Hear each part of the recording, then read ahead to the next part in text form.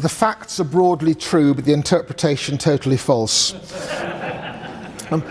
Ecumenical matters, and especially the doctrine of the Church, have been rather haunted almost the whole of my life as priest and bishop.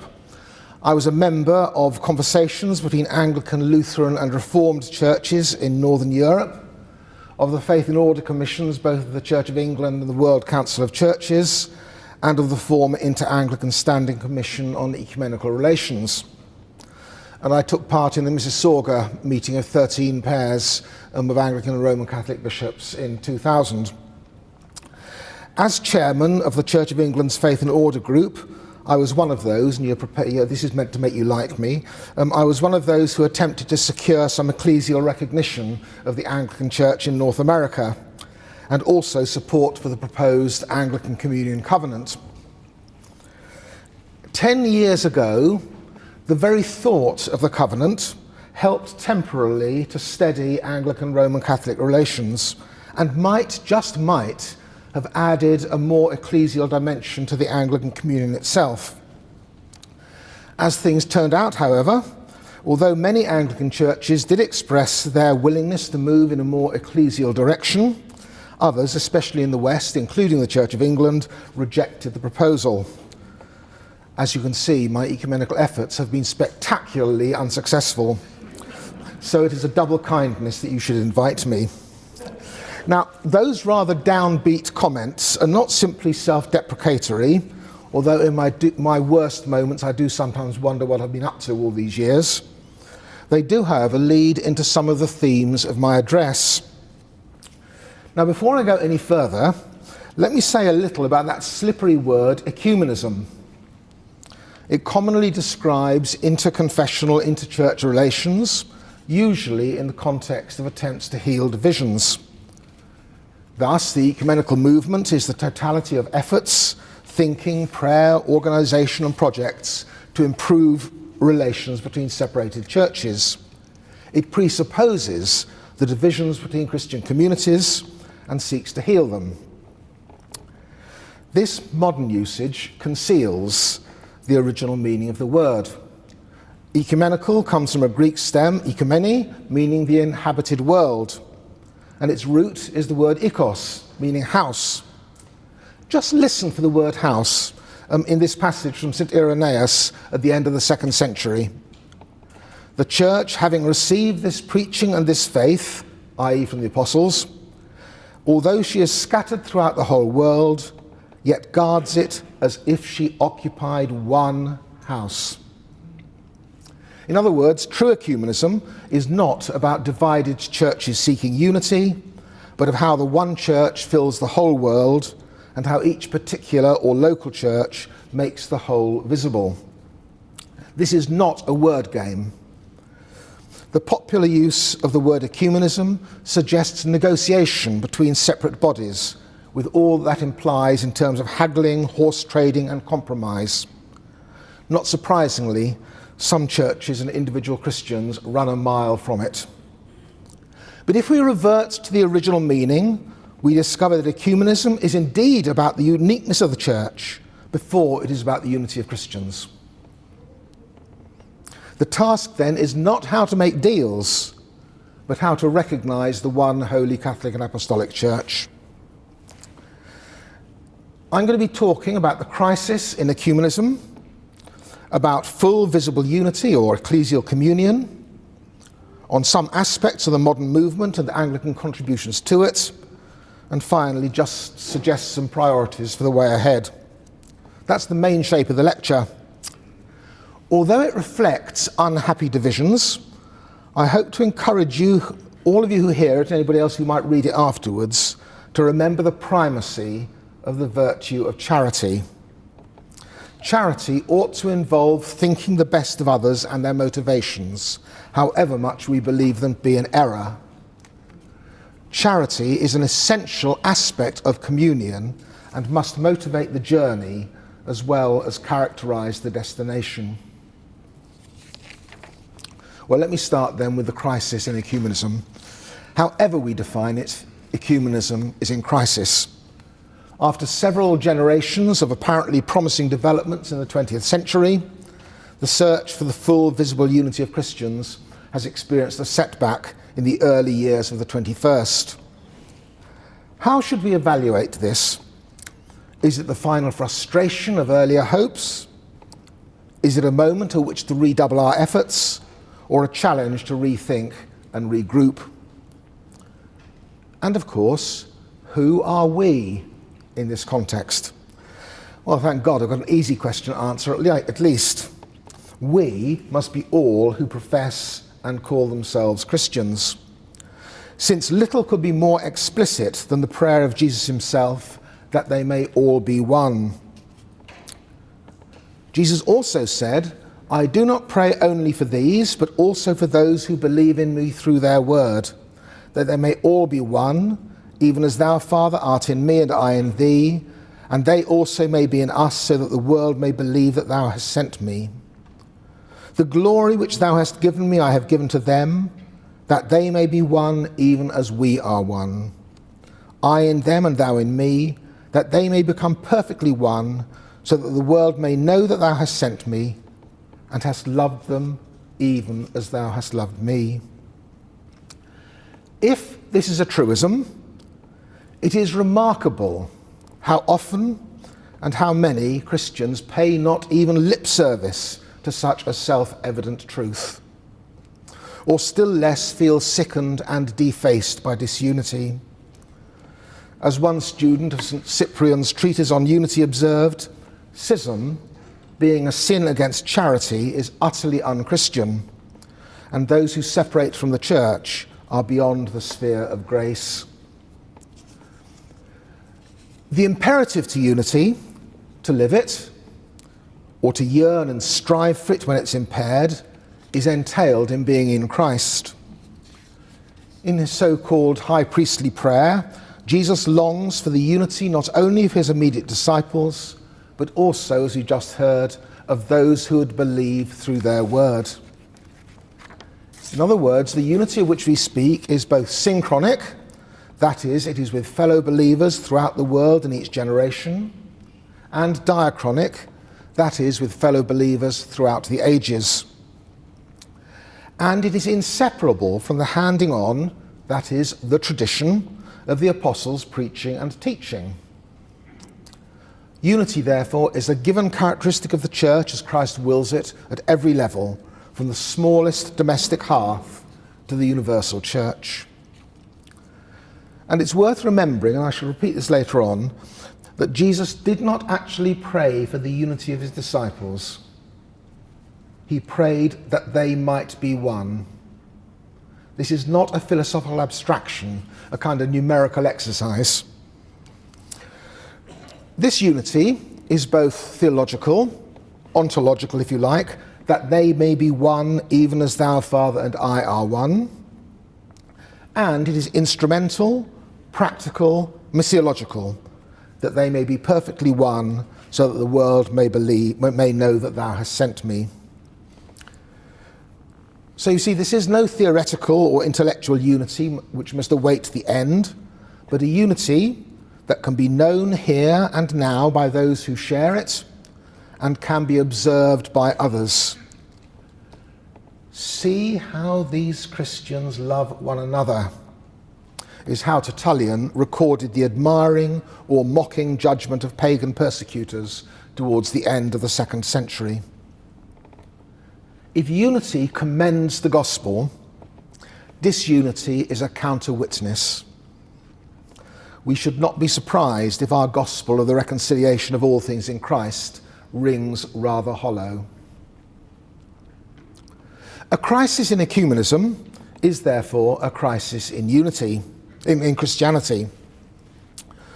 Although as members of currently separated churches, we may be the inheritors of the conflicts of the past and hold no original responsibility for the schisms that divide us, we are directly accountable to God, of course, and don't forget that, directly accountable for our own role in perpetuating those divisions. And this role may be active if we take or are party to new church dividing actions, or we deliberately persist in maintaining antagonisms, or it may be passive if we merely simply acquiesce in the status quo. Either way, I do not see how anyone who seeks to be a follower of Jesus can fail to feel sick at heart, sad or guilty at the present situation. And because feeling sick at heart, sad or guilty achieves absolutely nothing whatsoever except making us feel worse, the big question is why this situation has arisen and what to do about it. Well, as to why, various answers could be proposed. The proliferation of new sects and churches, many of which do not share the history of ecumenical rapprochement, even if they had the will to do so, means that much of the received ecumenical language is either not understood or is understood differently. Even some of the mainstream churches, those that have been in the forefront of the ecumenical movement, have failed to embody a vision of unity in their own lives and have introduced new church-dividing practices. More positively, one could say that the official ecumenical movement has been a victim of its own success. Full ecclesial unity may seem as far away as ever, but the relationships and friendships across confessional boundaries have been transformed during the past century. This itself may in turn have led to a certain lack of energy, since surely mutual respect and an ability to collaborate are significant gains in themselves. But when this is combined with a relatively low ecclesiology, many have concluded that peaceful coexistence may be the best one can hope for, and others even defend a multiplicity of denominations on the principle that in a free market economy, competition increases overall trade. Bearing in mind Dr. Humphrey's comment yesterday about the proliferation of jurisdictions, I can't help quoting Pope Francis' words in another context. As Catholics, you don't necessarily have to breed like rabbits. And of course, there has been progress. In some parts of the world, previously antagonistic denominations have entered new relationships, sometimes helped by ecumenical texts like baptism, Eucharist and ministry. United and uniting churches have got their own story to tell. Sounds to me as though you've got a uniting church developing here. Not you necessarily want to use that language about yourselves, but it seems to be one of the things that's going on. Nor should we ignore the significant advances that have been made in re-evaluating previously divisive issues. Most notably, of course, the joint declaration on justification between the Holy See and the Lutheran World Federation. And another factor that gives ecumenical hope, despite the terrible, painful and tragic circumstance in which it arises, is the growing awareness of unity in Christ in many parts of the world where Christians are persecuted for their faith. Now, although the challenge of unity is addressed to all Christians, the title I have been given for this address suggests that Catholic Anglicans may have particular questions to address. In passing, let me say I would prefer to speak not of Catholic Anglicans, but of Anglican Catholics. Now, my reason for this is that an adjective qualifies a noun, so I'm quite happy to be regarded simply as a Catholic. And if you want to be more precise, let's add Anglican. I don't want to play on words, but this is important. Whatever else the word Catholic conveys, it means above all the wholeness of Christian life and faith.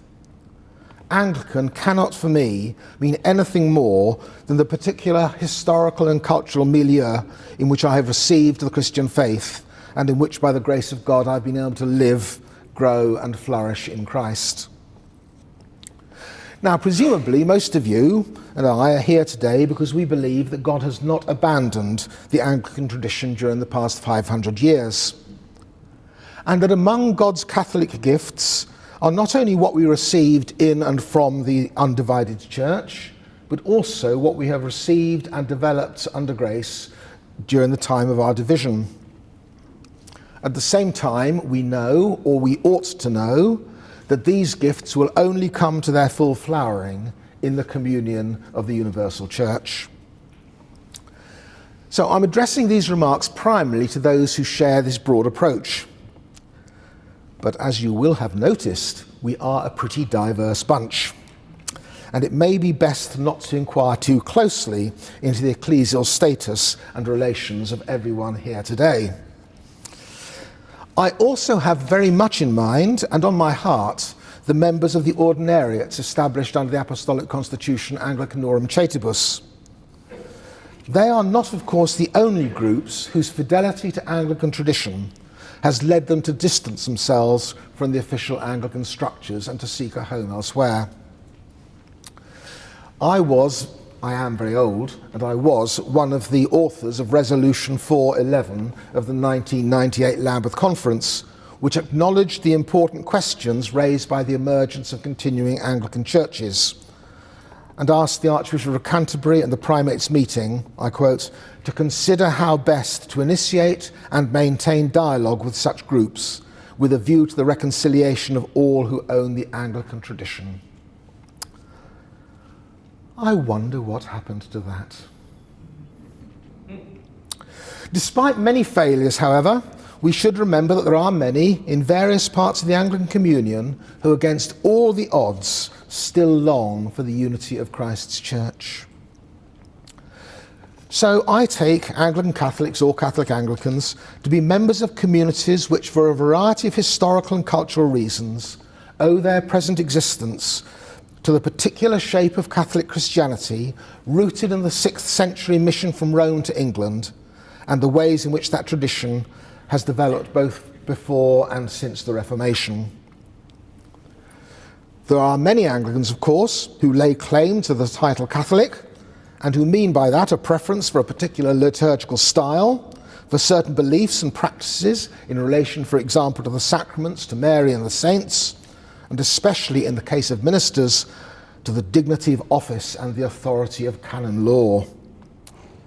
But who believe otherwise, that their communities have the right to add to or subtract from the faith once delivered from the saints, or to develop and innovate that faith without reference to the wider world.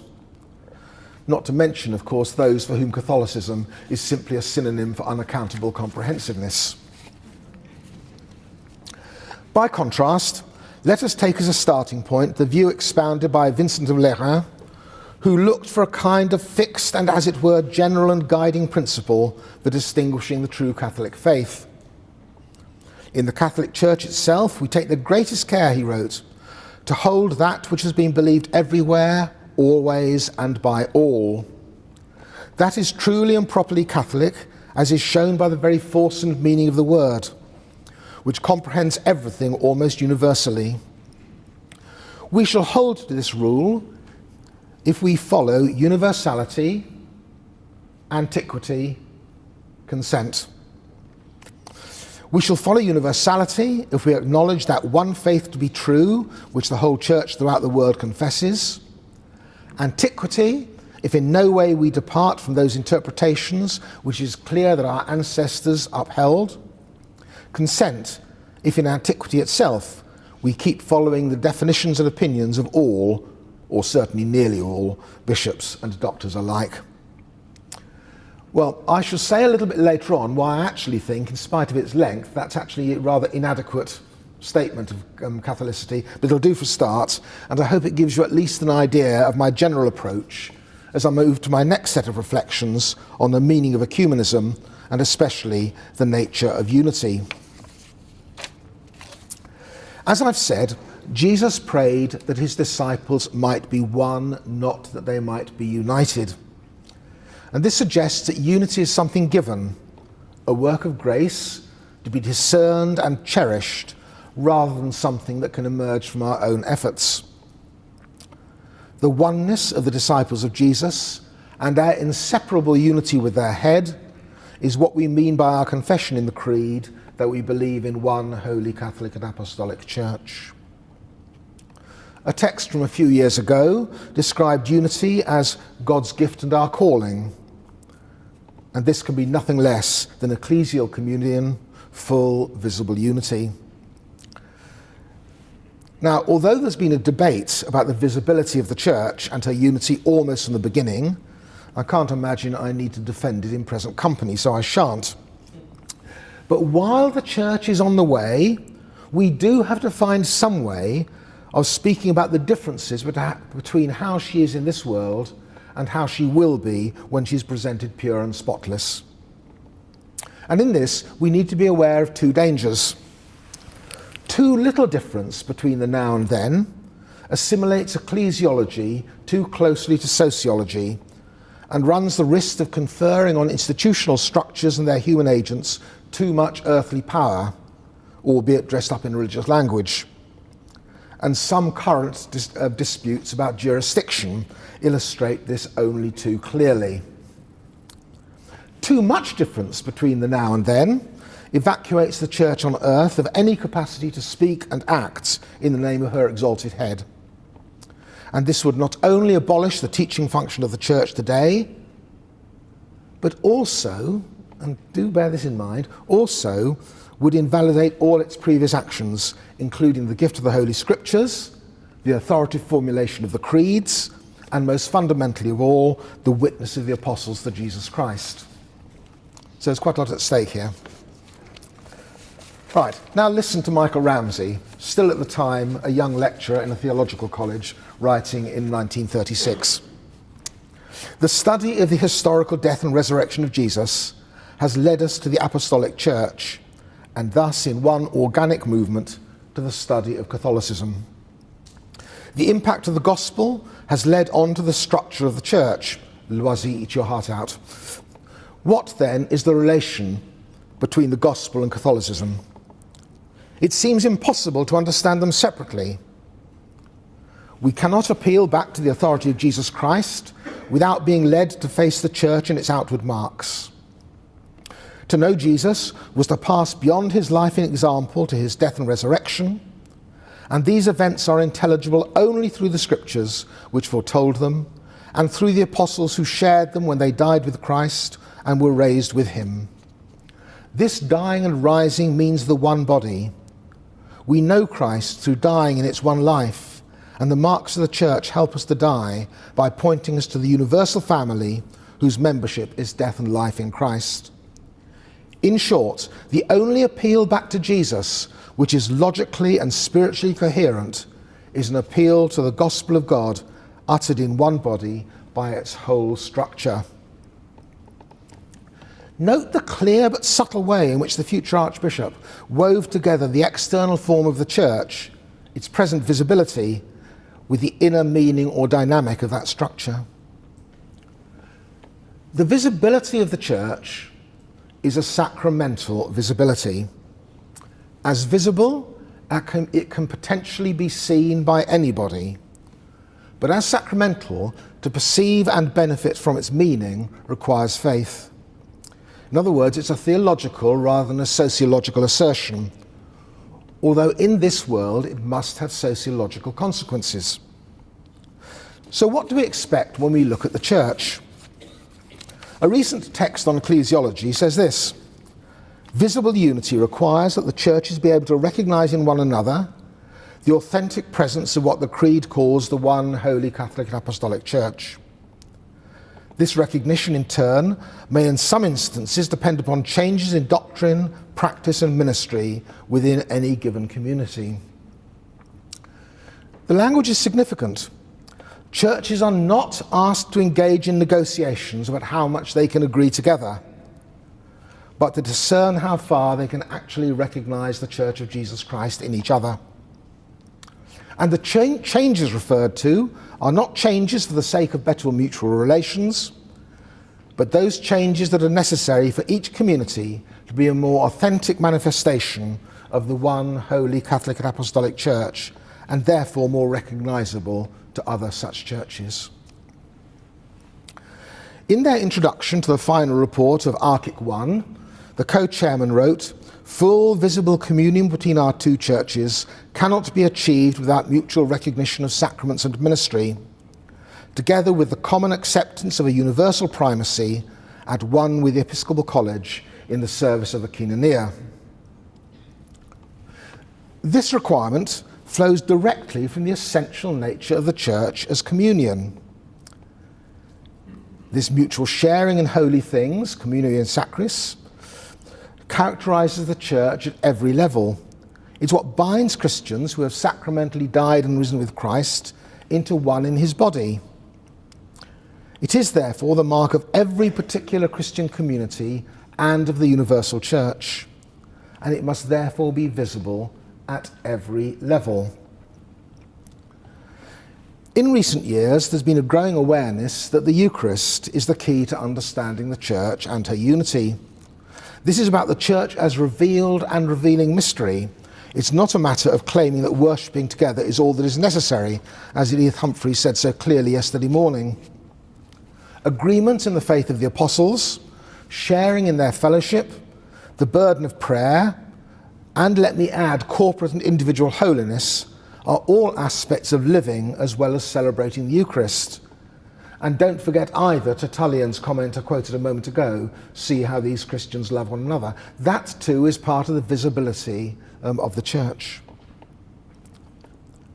Every parish celebration testifies to unity as Christ's people gather around the altar with their priest, who is himself in communion with his bishop and who acts on his behalf. While the validity of the bishop's Eucharist in turn depends on his communion with the other bishops. And that's why the universal church can be described as a communion of churches. And this communion is not an optional extra, but it belongs to the inner reality of each particular church. There can no more be an individual church than can be an individual Christian. But this, of course, immediately raises the question of what instruments of universal communion are God-given or practically necessary, and quite specifically, how the communion of bishops is to be shaped and expressed. Dom Gregory Dix commented pithily on a crisis in the mid-3rd century when, I quote, "There had been a time of confusion until it became clear who was in communion with whom, and then matters had sorted themselves out." Does that sound just a little familiar? And it was in the midst of that crisis, midst of that particular crisis, that Cyprian of Carthage described the Roman Church as the chair of Peter, the principal church whence the unity of the priesthood took its rise. And elsewhere he wrote, "Upon one, he, that is Jesus, builds the church, and then to all the apostles after his resurrection he gives an equal power and says, 'As the Father sent me, even so send I you.' Yet in order that he might make clear the unity, by his authority he has placed the source of the same unity as beginning from one. Certainly the other apostles were what Peter was, endowed with equal fellowship both of honour and power, but a beginning is made from unity, that but one church of Christ may be shown." Now, Cyprian indeed was protective of his own Petrine ministry. Yes, he saw every bishop as sitting in Peter's chair. But he also had a very clear sense that Jesus had historically constituted Peter the foundation of the unity of the apostles, the apostolic college, and that the Roman Peter is the guarantor of the unity of the episcopate. This did not prevent him from being robust when he saw the Bishop of Rome overreaching himself. I ought just to say in this particular context that it'd be a complete mistake to read into Cyprian any notion of episcopal jurisdiction. This is not a matter of a struggle of jurisdictions between bishops. Any talk about jurisdiction in the pre-Nicene church is just a sheer nonsense. And I think those Anglicans who love talking about a kind of pre-Nicene episcopal jurisdiction, which somehow was then sort of obliterated by a nasty, wicked later invention of a Roman jurisdiction, well, they may have some romance on their side, but not much history. Now, it's hardly surprising that partisans of various kinds have hijacked and often misrepresented Cyprian by selective quotation. Even the authentic text of some of his writings has been hard to establish, and I wonder why that might be. Also, it should go without saying that later developments in the papal office should not be laid at Cyprian's door. Perhaps what we might just at this stage remember Acts 2:14, where Peter is described as standing with the 11 to address the cosmopolitan crowd in Jerusalem on the day of Pentecost. In a classic phrase, the bishops are united with and under Peter, In the past and today, the relationship between the prepositions is very important. And I could say a lot more about that, but I shan't now. Now, I do think that more people today than in the past are able to see the need for some universal ministry of oversight in support of the Church's unity and mission, particularly in a globalising culture. But Cyprian's point is much more than pragmatic. Rome as the See of Peter, and the Church anointed by the blood of Paul as well as of Peter, and the Bishop of Rome, who in a particular sense sits in Peter's seat today, is by Christ's own gift the guarantee of the Church's unity.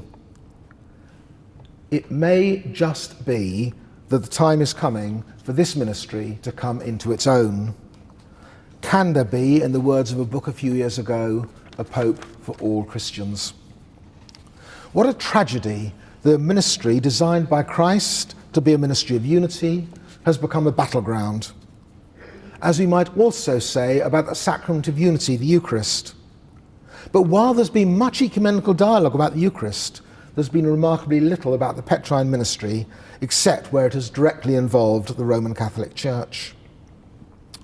Now, one reason for this may be that the origins of the modern ecumenical movement are conventionally traced to 1910 and that great Edinburgh Missionary Conference, at which Anglican and Protestant missionary societies gathered together out of concern for the divisive effects of sectarian divisions in the mission field.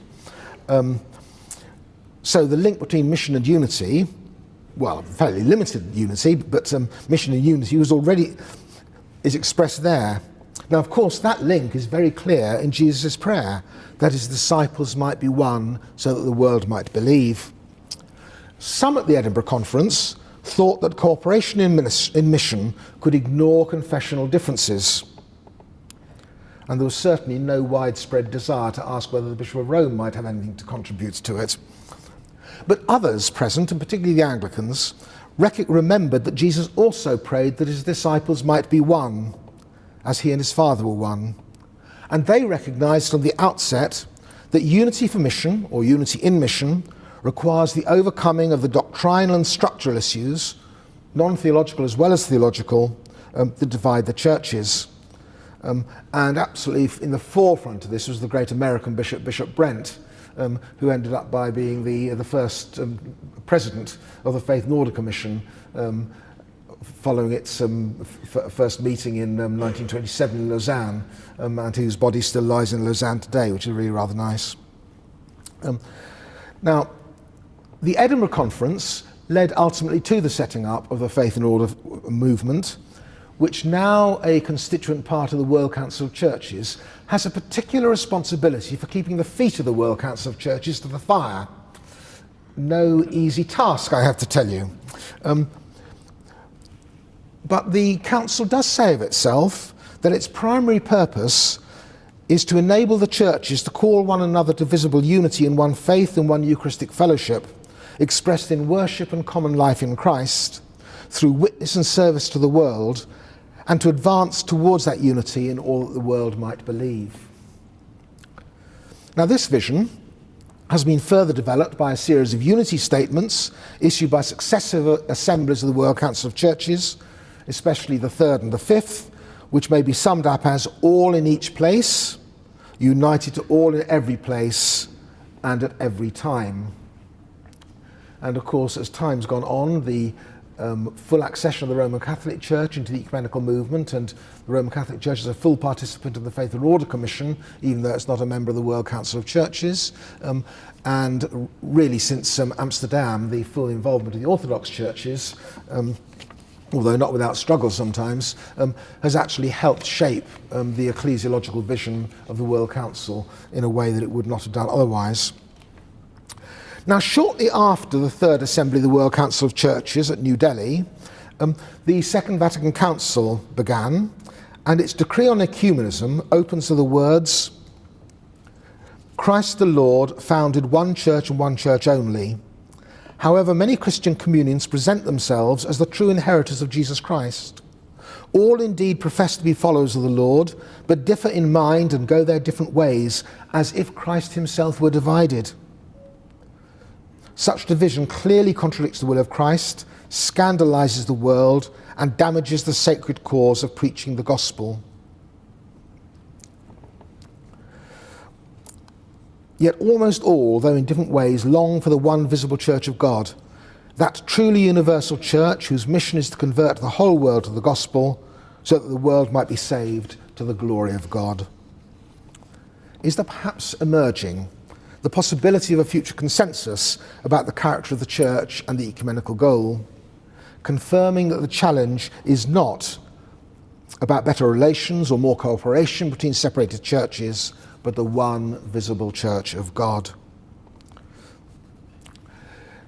Well, so far so good. There have been gains. But this whole approach, all the work of the past century, has been very heavily criticised on the grounds that it seems to reflect an incremental approach to unity, in which gradually, bit by bit, difficulties are gradually overcome until the great church emerges, the last final fling of evolutionary optimism. Instead, this criticism goes, and I have to say I'm very sympathetic to this criticism, instead, what is needed above all is conversion. Reconversion to Jesus Christ and renewal in him.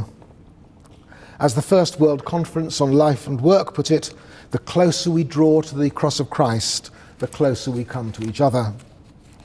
And the principle that this is the heart of the matter is particularly associated with the name of Father Paul Couturier and influenced by his example, the ecumenical Groupe des Dombes. And it was formally written into the approach of the Roman Catholic Church by the Second Vatican Council in its decree on ecumenism. There can be no ecumenism worthy of the name without a change of heart. All the faithful should remember that the more effort they make to live holier lives according to the gospel, the better will they further Christian unity and put it into practice. For the closer their union with the Father, the Word, and the Spirit, the more deeply and easily will they be able to grow in mutual brotherly love. This change of heart and holiness of life, along with public and private prayer for the unity of Christians, should be regarded as the soul of the whole ecumenical movement. Reconversion to the one Christ means renewal in the one church. And this means we cannot avoid the question of how particular communities relate to the universal church. In an important debate whose details need not detain us this afternoon, Cardinal Ratzinger, as he then was, wrote in 2000, "From the first moment on, the Church is katholon, embracing the whole universe. Accordingly, Luke describes the crowd of listeners as pilgrims from all over the world by means of a table of 12 nations, the purpose of which is to indicate the utterly comprehensive character of the audience. Luke added to his Hellenistic list of nations a 13th name, the Romans, whereby he intended, no doubt, to underscore once again the idea of the whole inhabited world." The point is obvious. Jesus founded a church, his church, the one church, and it is from that single beginning that all the churches, as we call them, have come. As we were reminded yesterday, the Acts of the Apostles describes how new converts were added to the number of those devoted to the teaching and fellowship of the apostles, to the breaking of bread and the prayers. I don't think it's possible to overestimate the importance of this. Being a Christian today, as in first century Jerusalem, means sharing in the apostles' fellowship. The 12 were not an arbitrary number of co-workers chosen by Jesus to spread his message. They were called to sit on 12 thrones judging the tribes of Israel, Israel herself having been chosen by God to be a sign and instrument of his universal desire to save. It follows then, to quote Ratzinger again, the temporal and ontological priority lies with the universal church. A church that was not Catholic would not even have ecclesial reality. The mystery is deeper yet. As Bishop Michael reminded us yesterday, the Jerusalem above is free and she is our mother. Or we might also remember John's vision of the holy city, New Jerusalem, coming down out of heaven from God, prepared as a bride for her husband. In the mid-2nd century, Hermas, brother of Pius, the then Bishop of Rome, also had a vision. An ancient woman appears. Who is it, I asked. The church, he said. I answered, and why is she so aged? Because, he said, she was created before all the others. That is why she is so aged. It was for her that the world has been formed. The church on earth is the form in the new dispensation of the eternal and pre-existent church. The church is not God's second thought in response to human sin, but his first thought in relation to his eternally begotten Son, whom he appointed head of all things for the sake of his body, the church.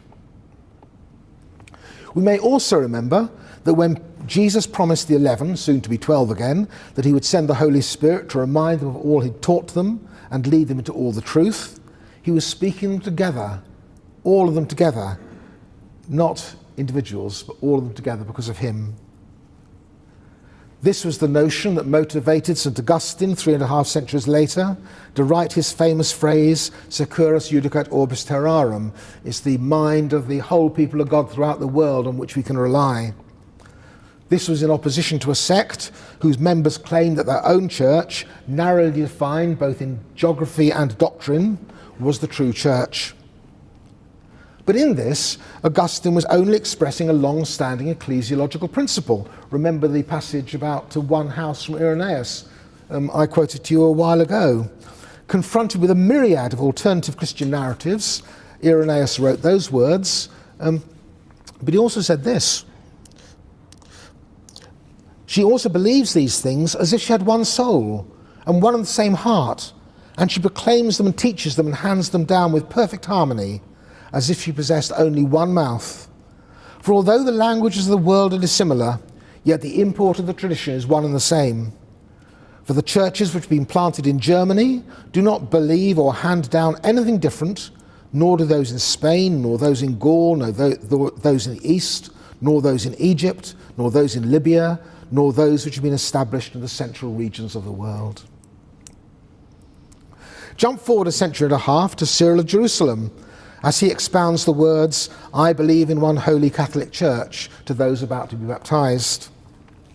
The Church is called Catholic because she is everywhere in the world, in the whole world, from one end of the earth to the other, and because she teaches universally and perfectly all the doctrines which ought to come to human knowledge, whether to do with visible or invisible things, with the realities of heaven or the things of earth, and because she brings people of every kind under the rule of true piety, whether they be rulers or subjects, learned or unlettered, because she universally cures and heals every kind of error committed by soul or body, and because she possesses within herself every kind of virtue that can be named in deeds and words and all kinds of spiritual gifts. See how for Cyril, Catholicity, well, it includes universality, but it means far more than geographical extent.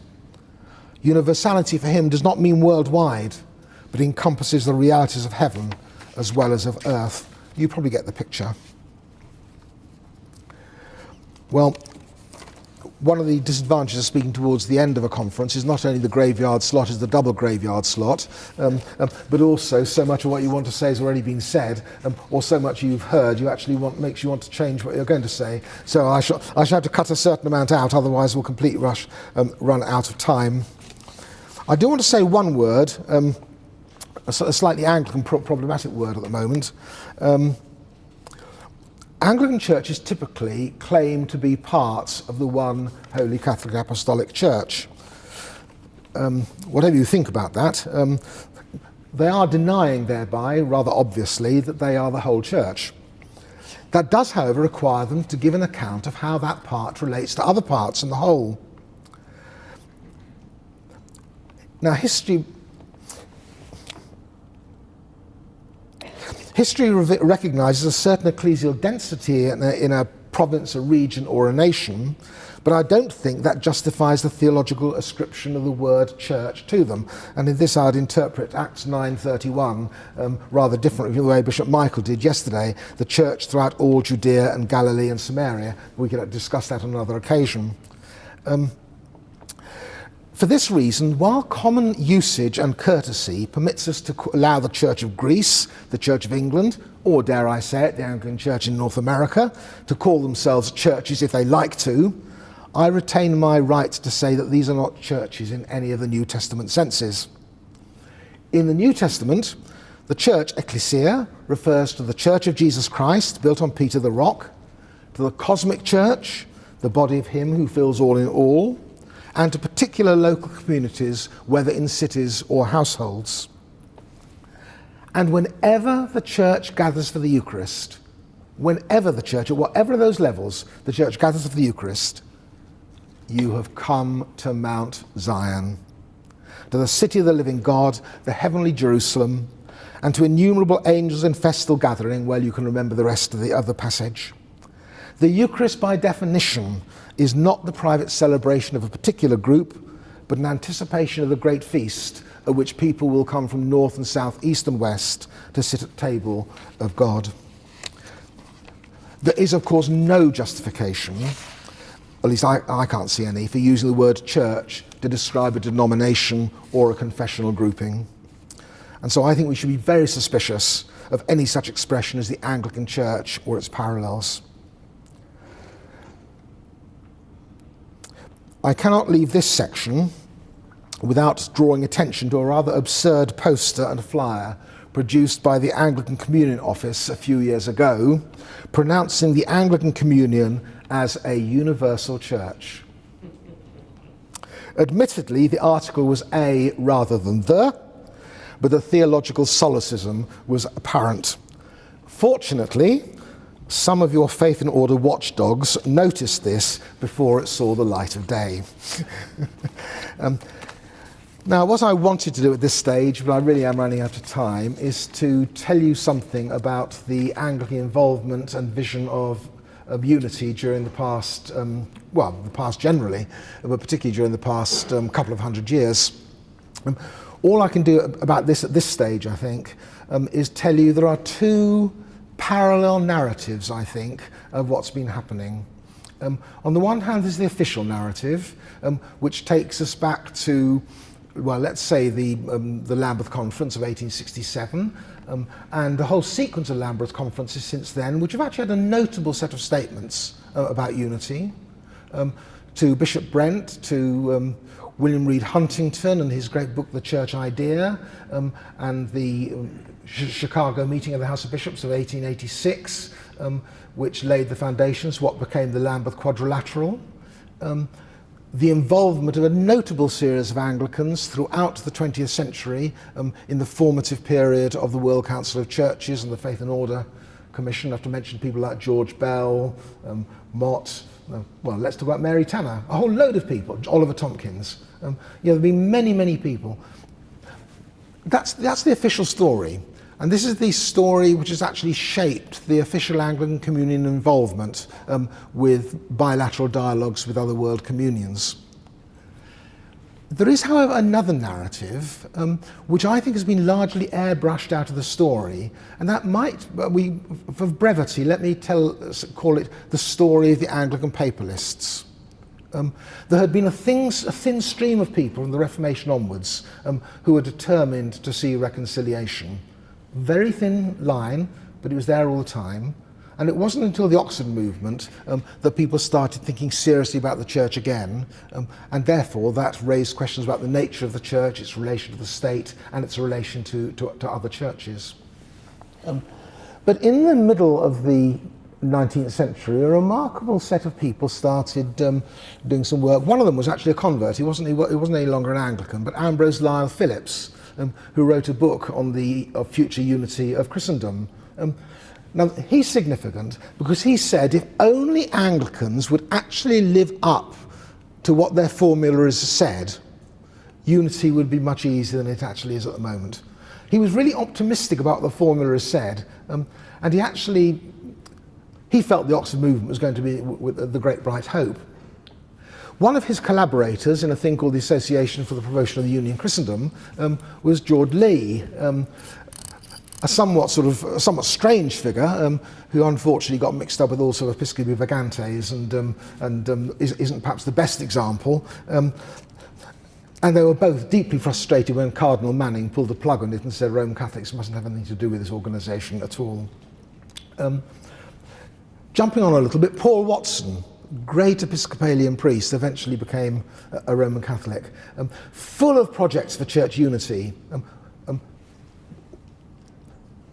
Yes, well, I'll better leave him here, otherwise I'll be here forever.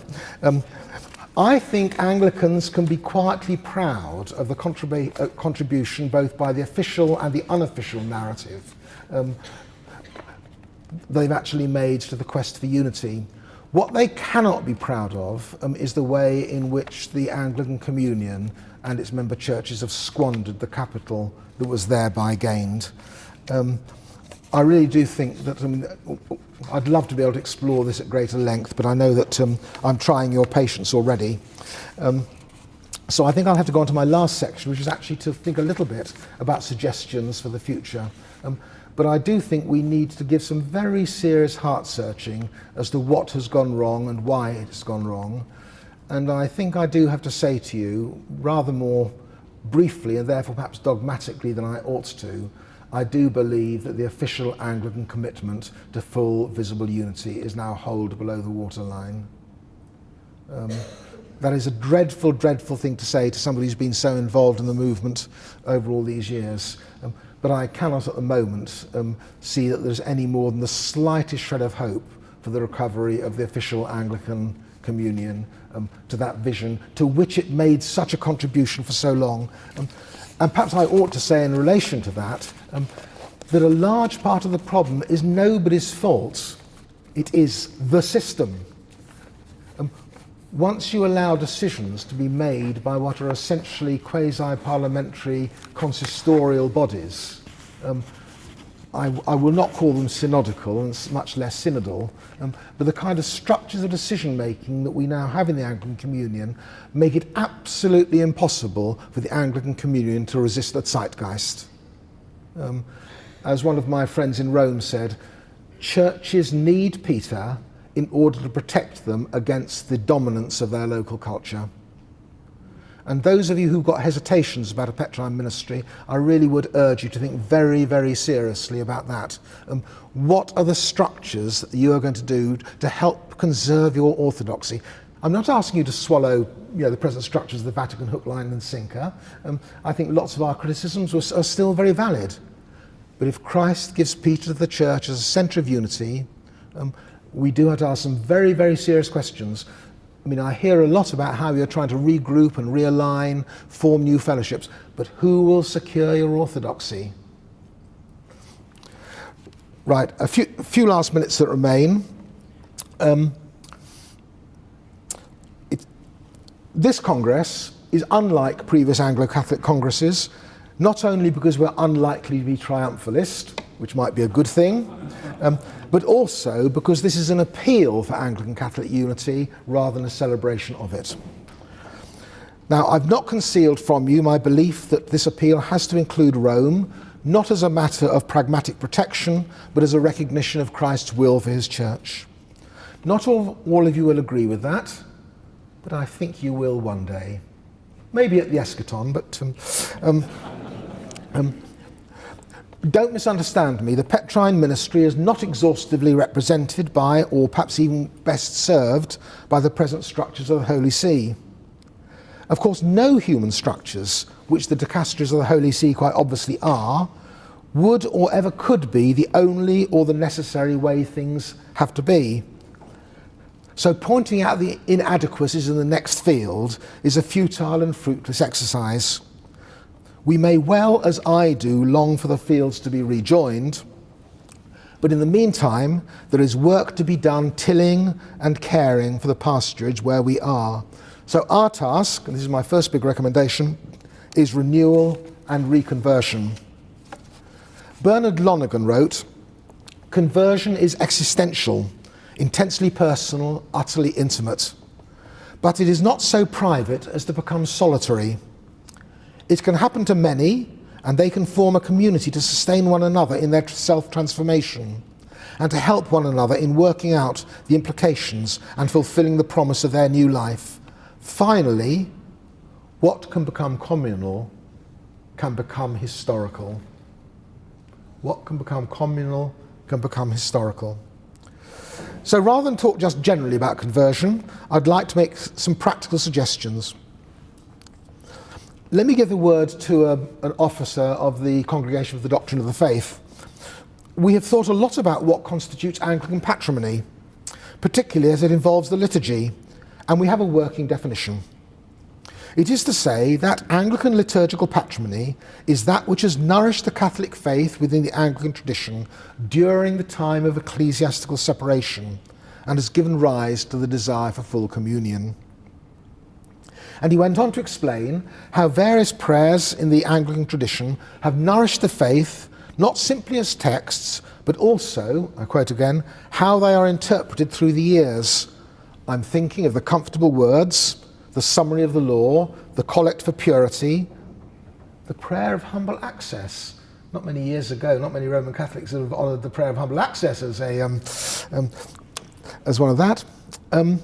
They have sustained people, not because they're museum pieces, but they've given expression to the truth. It's a truth of a God who truly liberates us and draws us deeper into his own mystery. The fact that these prayers capture this truth in such a magnificent way sustains faith.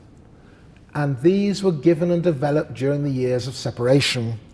So what I'm pleading for is that we take our cue from that Vatican official and cherish more the inheritance that we have received. Let us identify, and Bishop Michael's done a lot of work on this, he talked about theological method yesterday, but other things as well. Let us think, what are the things that have actually nourished us as Christians, and be grateful for them. We often take them for granted. And the important thing for us as Anglo-Catholics is to be positive about what's nourished our faith. So I suggest we should consider all the elements that are most characteristic of Anglicanism at its best, and we need to spend time together on that, and then look at them in the light of the four marks of the Church. How do these things serve and reflect the oneness, the holiness, the Catholicity, the apostolicity of the Church? Don't worry, I'm not going to try and do it now. It's a task for all Orthodox Anglicans together, those who remain in the Anglican communion and those who departed in various directions, members of continuing churches and the ordinariates. Yes, I know there's lots of healing to be done, but don't for goodness sake talk about unity just with the like-minded and those with whom we find it easy to be united. Let me add to these things we should cherish a piety rooted in the scriptures and in a scriptural liturgy in the vernacular. In fact, our clothes have been stolen isn't our problem. Also a priesthood which is typically marked by a deep sense of pastoral engagement. And this last has been very well served by the Church's ability to call either married men or celibates to the priesthood. Although I must say there's a deficit here. In my experience, Anglican churches do not generally offer much structural support to celibate clergy. And if that particular evangelical vocation is to flourish, it needs more than tacit acceptance. None of this is new, nor is the fact that the traditional disciplines of the Christian life need reinvigoration. I have been horrified over the years, I shall try to catch as many eyes as I can, to discover how few Anglican Catholics go to confession regularly.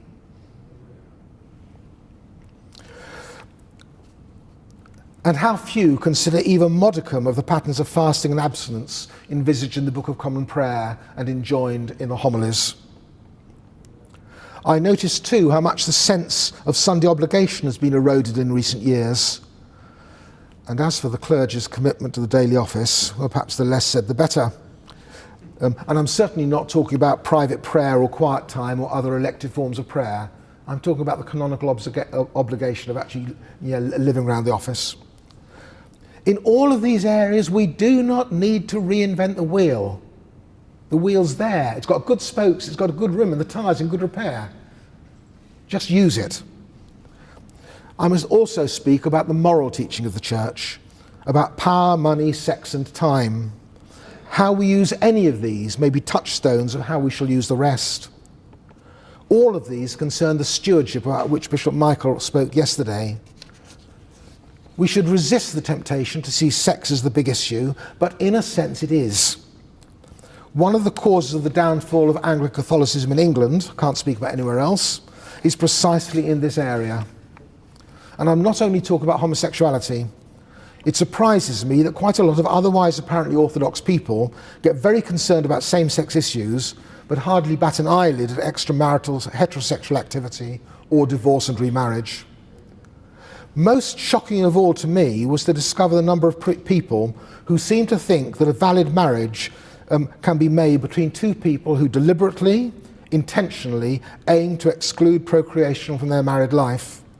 Actually, I should put it the other way around. I refer to the number of people who are shocked when I remind them that according to the teaching of the Book of Common Prayer, which is still normative in the Church of England, this is actually the first end of marriage, for the procreation of children to be brought up in the fear and nurture of the Lord and to the praise of his holy name. Not simply that they may have children, as the modern sort of mealy-mouthed liturgies put it. Underlying all of this is a fundamental anthropological problem, that of seeing how each of us behaves in relation to power, money, sex and time as an individual matter, my own business, or at the very most something that relates to me and God. How deluded! Our humanity starts with community. We are simply not called to be holy for the sake of ourselves, but for the sake of the whole world and each other. Well, you can see I really am, as we say in English, a grumpy old man. But all this seems to be symptomatic of a faith that does little more than affirm the choices of individuals. And a sign of this is that in England, the most popular music for funerals is "I Did It My Way." I think, therefore, that rather than challenge other Christians about how they should make space for us, we need to work at our own holiness as individuals and as communities. I've said a fair bit about the demands of individual holiness and can only speak briefly about our corporate holiness as Christian communities. But this is no less important. I was so grateful to what Archbishop Foley said a few days ago about leadership in relation to the servant character of the Church. Institutions as well as individuals can behave in manipulative, coercive and corrupt ways. Let's please eschew all such behaviours in our relations with other Christian communities. And finally, you will be glad to hear, we've heard a lot about the necessity of prayer, and that is right. If we take that seriously, we shall have to ask ourselves why, having prayed so long for unity, it hasn't happened. The Father never gives his children stones when they ask for bread. So perhaps we have spent too much time with a particular view in mind of what we want. That's why I'm laying such stress upon conversion, our conversion, not anybody else's. Because when in words already quoted, the closer we draw to the cross of Christ, the closer we come to each other. Thank you.